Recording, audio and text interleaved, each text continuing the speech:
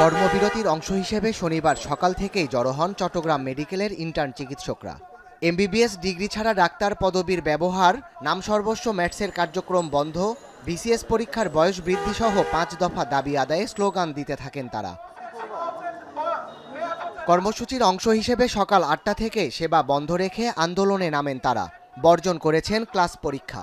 এতে ব্যাহত হচ্ছে ভর্তি রোগীদের চিকিৎসা সেবা।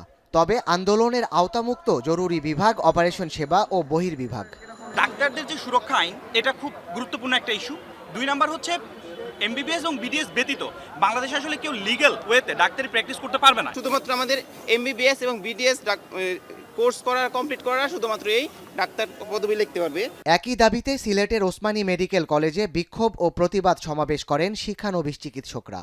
প্রায় আধা ঘন্টা অবস্থান নিয়ে তারা 5 দফা দাবি পূরণে বিভিন্ন স্লোগান দেন। ম্যাটসদের ক্ষেত্রে আমরা যেটা দেখতে পাচ্ছি, মেডিকেল অ্যাসিস্ট্যান্ট যারা 2012 সালে তাদেরকে স্যাকমো নামকরণ করা হয়, এটাতে আমাদের একটা আপত্তি আছে। কোনো অসাধু কোনো শ্রেণী যারা নামের পূর্বে ডাক্তার ব্যবহার করে জনগণের সাথে প্রতারণা করবে, তাহলে আমরা আরও কঠোর কর্মসূচিতে যাব। 5 দফা দাবিতে ক্লাস বর্জন করে বিক্ষোভ করেন ময়মনসিংহ মেডিকেলের শিক্ষার্থীরা। মিছিলটি হাসপাতাল কম্পাউন্ড সহ চরপাড়া সড়ক প্রদক্ষিণ করে। পরে সংক্ষিপ্ত সমাবেশ হয়। এতে ময়মনসিংহ মেডিকেল কলেজ ছাড়াও কমিউনিটি বেসড মেডিকেল কলেজের শিক্ষার্থীরাও অংশ নেন। হাইকোর্টের যদি রিট বাতিল না হয় এই ডিএমএফ এর বিরুদ্ধে আমরা আগামীকালকে আরও কঠোর কর্মসূচিতে যেতে বাধ্য হব।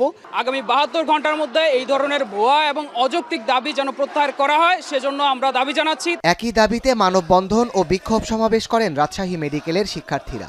ইন্টার্ন চিকিৎসকদের দাবির সাথে একাত্মতা প্রকাশ করে ক্লাস পরীক্ষা বর্জনের ঘোষণা দিয়েছেন সকল বর্ষের শিক্ষার্থী।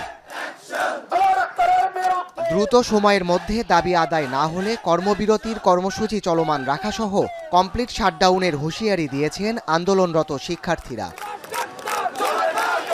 সাদাত শাহেদ, এখন।